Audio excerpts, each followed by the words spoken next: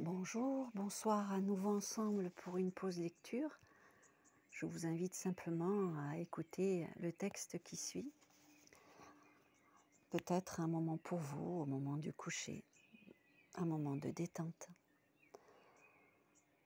Une lettre issue de la collection des lettres de saison Correspondance de mai que vous pourrez trouver aux éditions Bouclis si éventuellement vous en avez envie. Détendez-vous, relâchez-vous, installez-vous confortablement, oubliez tout, écoutez. C'est parti.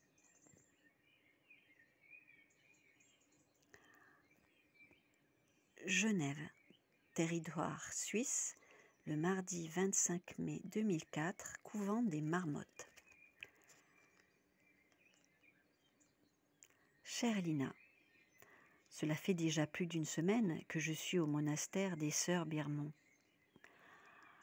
Je sais que je suis là de mon propre chef, cependant je deviens folle de trop de ce silence. Je pensais qu'il me serait facile de m'habituer à la sévérité des lieux. Il n'en est rien. Sache que je romps une des règles de ma retraite, à savoir ne parler à personne. J'ose espérer que d'écrire ne fait pas partie de cette obligation. Malina, je deviens complètement bizarre. Je m'ennuie tellement que je ne sais plus quoi faire pour tromper mon désœuvrement.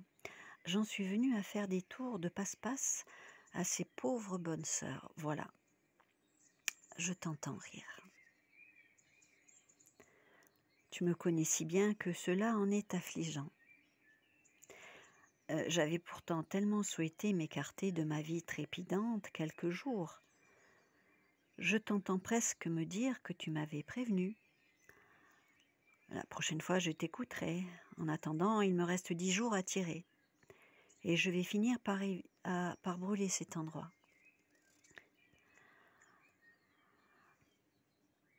Elles m'ont confisqué mon portable avec mes clés de voiture.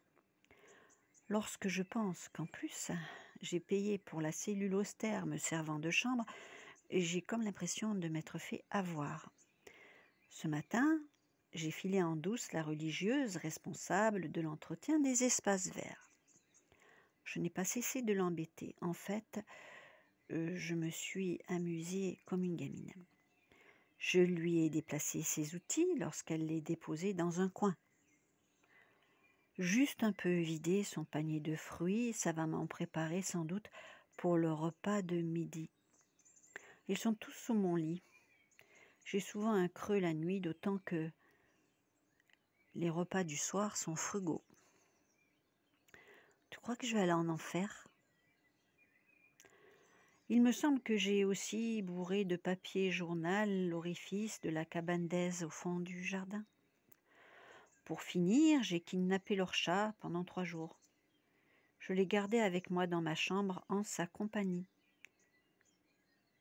Il avait l'air moins triste.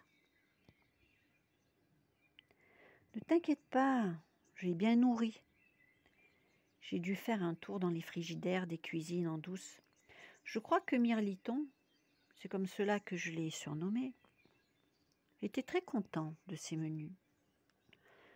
Malheureusement, pendant qu'il faisait du gras sur mon lit, les souris ont envahi de bonne grâce le réfectoire et autres dépendances.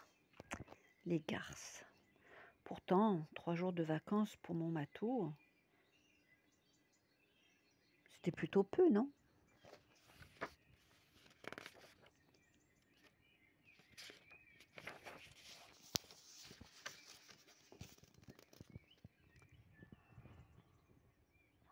Je me suis décidée finalement à le relâcher en constatant que mes hôtesses étaient perchées sur les chaises en récitant leur grâce de début de repas. Bon, ma belle, t'écrire m'a fait du bien. Je posterai ma lettre en revenant de mon exil. La poste se trouve au village en bas, dans la vallée, et je ne me sens pas de faire tout ce chemin.